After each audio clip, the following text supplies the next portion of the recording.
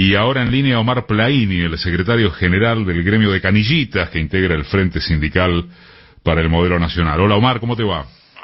Buen día, Eduardo. Un placer saludar a todo Igualmente, el equipo y a ¿qué los haces, oyentes. viejo? ¿Cómo te parás? ¿Qué data tenés frente a lo que fue público? Porque ni siquiera se intentó ocultar desde la propia CGT Sí. esa suerte de conato, de disgusto con algunas medidas gubernamentales.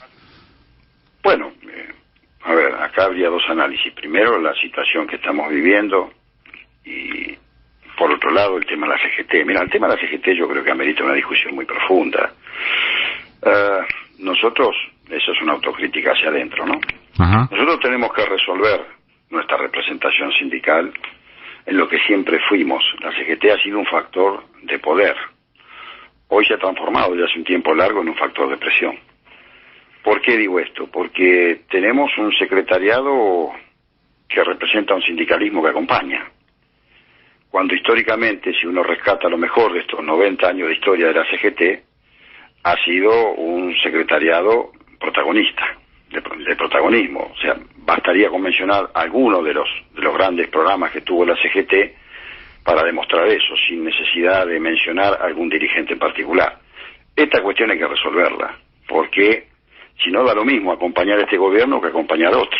De hecho, la última crisis se produjo cuando 10 organizaciones sindicales, hace alrededor de 2 años, nos fuimos en la mitad del mandato precisamente por estas cuestiones, porque en aquel momento una parte de ese secretariado pensaba que había un gobierno de Macri por 8 años. Y había otros que dijimos, no, de ninguna manera, no, ni pensarlo siquiera. Culminó como culminó ese gobierno, dejó un desastre tremendo en la República Argentina. Entonces, ahora la CGT hace un planteo, que seguramente muchos coincidimos de advertir, bueno, miren, hay situaciones que la propia CEPAL ha planteado, no solamente nosotros, la importancia, lo ha dicho Alicia Bárcena, que es la secretaria ejecutiva de la Comisión Económica, ha reivindicado el IFE y el ATP, que entre ambos se ha dado cobertura a cerca de 11 millones de personas. Bueno, bien, estamos en una situación compleja, complicada, donde tenemos que definir cómo administramos las tensiones de la coalición y también hacia dónde vamos. Hay una nueva visita del Fondo Monetario Internacional. Sabemos que viene, yo lo he calificado con sus 3 verdades, así como el peronismo tiene las 20 verdades, el Fondo Monetario tiene sus 3 verdades. ¿Cuáles son?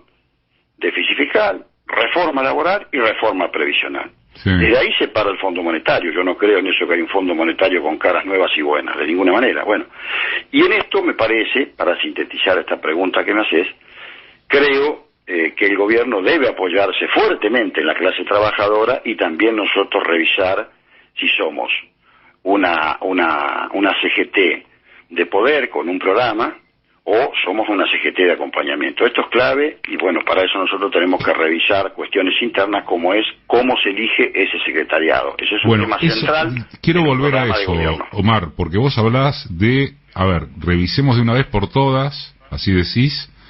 Sí. Bueno, en definitiva, cómo nos eligen. Exacto. Estás hablando. Si vos hoy tenés que hacer un mapa del sindicalismo argentino, ¿qué trazarías? Por un lado Moyano, por otro lado una parte de la CGT, por otro lado el Frente Sindical para el Modelo Nacional, por otro lado la CTA. ¿Es un quilombo?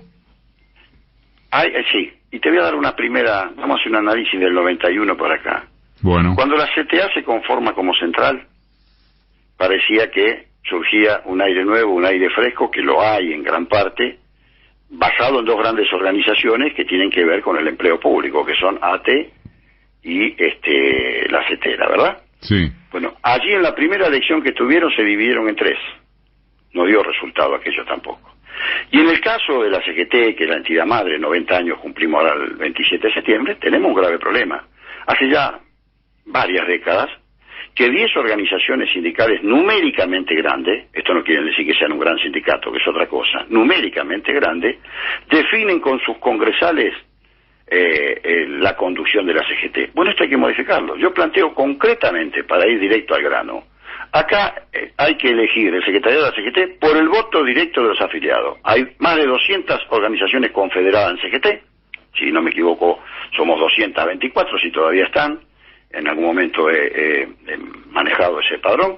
224. Bueno, que elijan los afiliados, que elijan quién quiere que lo conduzca. Si no, vamos a tener siempre esta segmentación. Por un lado, esos 10 o 12 grandes gremios que te definen la conducción, después las distintas corrientes hacia su interior, que siempre estuvieron. Pero no nos olvidemos que en los años 60, 70 hablábamos de 300 organizaciones. Hoy hablas de organizaciones de base de 3.500, la mitad con personería gremial y la mitad con simple inscripción. Bueno, eso te ocasiona, en definitiva, hacia arriba, estas cuestiones que yo estoy planteando. Entonces hay que modificar la metodología de elección de las autoridades y tener un programa. ¿Eso que es un hombre, un voto? ¿Cómo? ¿Es un hombre, un voto? Un hombre, un voto. Y si no le gusta esa metodología, hagamos la que hacen los obispos. Nos juntamos los 224 secretarios generales, llamamos a un comité confederal y eligen los 224 secretarios generales, como los obispos eligen a su papa. Porque hoy, ¿qué te elige? Hoy, ¿cómo se elige? Se elige por congresales. Si vos tenés 800.000 afiliados, tenés una cantidad de congresales inmensamente mayor que el que tiene 5.000 o 10.000. Y eso no significa que es una mejor organización, que es más combativa, que es un gran sindicato. Significa que a la hora de elegir las autoridades, se juntan 10 que reúnen el 60% del total de delegados confederados, de congresales confederados, que son no llega a 1.300, 1.240, 1.250.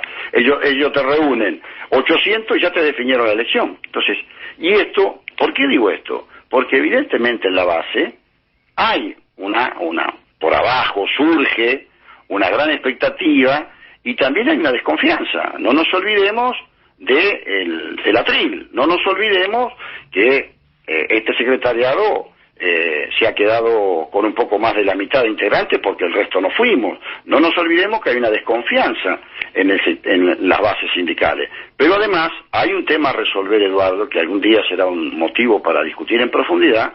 Del 83 para acá hay una relación del sector político con el sector sindical que no ha sido la mejor. Y te lo grafico con esto. Recordá que en aquella elección, la derrota frente a Alfonsín calificó al movimiento sindical de mariscales de la derrota. Sí. De allí para acá, la participación del movimiento sindical argentino, la base donde se sustenta ese modelo de desarrollo industrial que produjo el peronismo a mediados del siglo pasado, ha sido deteriorada en la participación en el gobierno, de sesgo popular o peronista, como lo quieramos llamar. ¿En qué sentido? Simplemente alguna pequeña participación en ámbito legislativo y una nula participación en ámbitos ejecutivos. Y lo hablo de todos los gobiernos peronistas para acá. Bueno, eso también... ¿Incluyendo este? Incluyendo este, por supuesto. ¿Dónde hay en el Ejecutivo? ¿Cuáles son los representantes sindicales que participan del Ejecutivo? Es nula la representación. Y la representación legislativa es insuficiente. Ahora, quien te habla cree fundamentalmente que todo gobierno del campo nacional y popular se debe apoyar en la clase trabajadora si vos querés confrontar con alguna posibilidad, porque convengamos que tenemos el gobierno, pero no tenemos el poder. Se te planta EA y no sabes cómo resolverlo. Y además las expectativas que a veces vos generás que no son buenas para abajo, como el caso Vicentín. Vicentín dejó una duda en la base, porque vos no lo resolviste, porque amagaste y después no fuiste. Bueno, está bien, puede ser, es entendible, pero estas cosas también, por eso te dije previamente, que tiene que saber administrar las tensiones de la coalición, porque esta es una coalición de 16 fuerzas políticas. Este no es el peronismo integrando un frente. Aquí hay una coalición donde todos sabemos, no hace falta que yo lo resalte, que previo a esto se hizo un gran esfuerzo para hacer la unidad lo más ancha posible y recuperar el gobierno. Incluso se habló en aquel momento, recuperado el gobierno, había que ampliar esa coalición. Bueno, ahora estamos en un momento difícil porque estamos en estado de emergencia y surge de funcionarios comentarios de que se terminaría o se quitaría el IFE y también los ATP. Bueno, eso genera una situación complicada porque todavía ni siquiera empezamos a reformular las bases económicas. Entonces, hay una franja muy importante de argentinos y de argentinas que necesitan del cuidado del ATP, del IFE. Bueno, veremos cómo lo reemplaza el gobierno. Si espero que lo reemplace, y también cómo se para frente al Fondo Monetario Internacional, con el cual ha empezado ahora a conversar.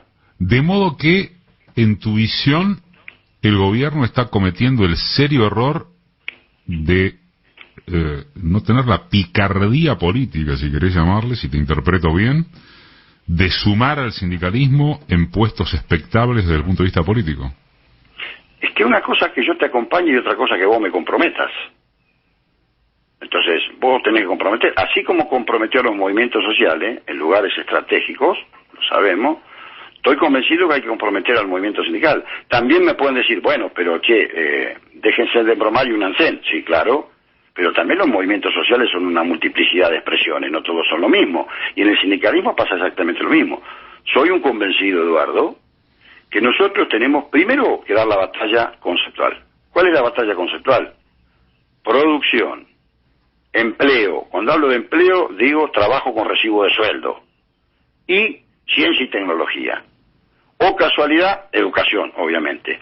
Son los tres ministerios que el macrismo lo bajó de ministerios a secretarías. Sí.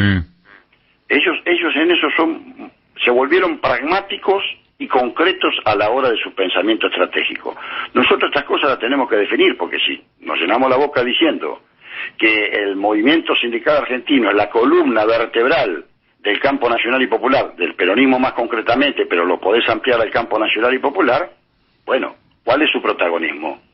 A mí me parece que ahí deberíamos por lo menos discutir esta cuestión de fondo y comprometer, porque Argentina es un país, a diferencia del resto de la América Latina, que a mediados del siglo pasado se animó, con el advenimiento del peronismo, a salir de un país agroganadero y a industrializarse. Terminamos produciendo uranio enriquecido.